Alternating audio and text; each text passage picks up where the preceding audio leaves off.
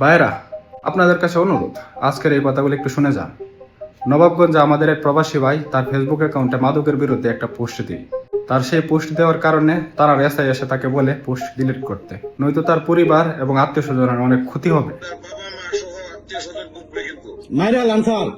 অথচ সেই প্রবাসী ভাইয়ের কাছে সকল ধরনের প্রমাণ আছে এবং সে ডিবির সাথেও কথা বলেছে।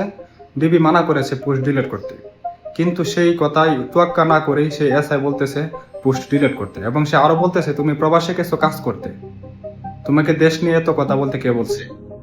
আপনি প্রবাসে বসে আপনি গেছেন প্রবাসে বসে মানে আপনার যা ইচ্ছা তাই করুন, এতে আপনার তোমার কি আছে? এখন আমার কথা হচ্ছে, যে প্রবাসীরা দিনরাত এক করে দেশের অর্থনীতি টিকে রাখার জন্য কাজ করে যাচ্ছে, তারা দেশের দুর্নীতির বিরুদ্ধে, মাদকের বিরুদ্ধে, এমন ঘুষখোরের বিরুদ্ধে কথা বলতে পারবে না। সেই অফিসারকে রাখা হয়েছিল কিসের জন্য? টাকা খাইয়া, ঘুষ খাইয়া সেই মাদকারীর পক্ষে হয়ে কথা বলার জন্য। আপনারা ভিডিওটা বেশি বেশি শেয়ার করেন, যাতে দেশের মধ্যে কোনো ভালো প্রশাসন যদি থেকে থাকে তারা নজর পড়ে এবং সেই এসআই এর বিরুদ্ধে অ্যাকশন নেয়।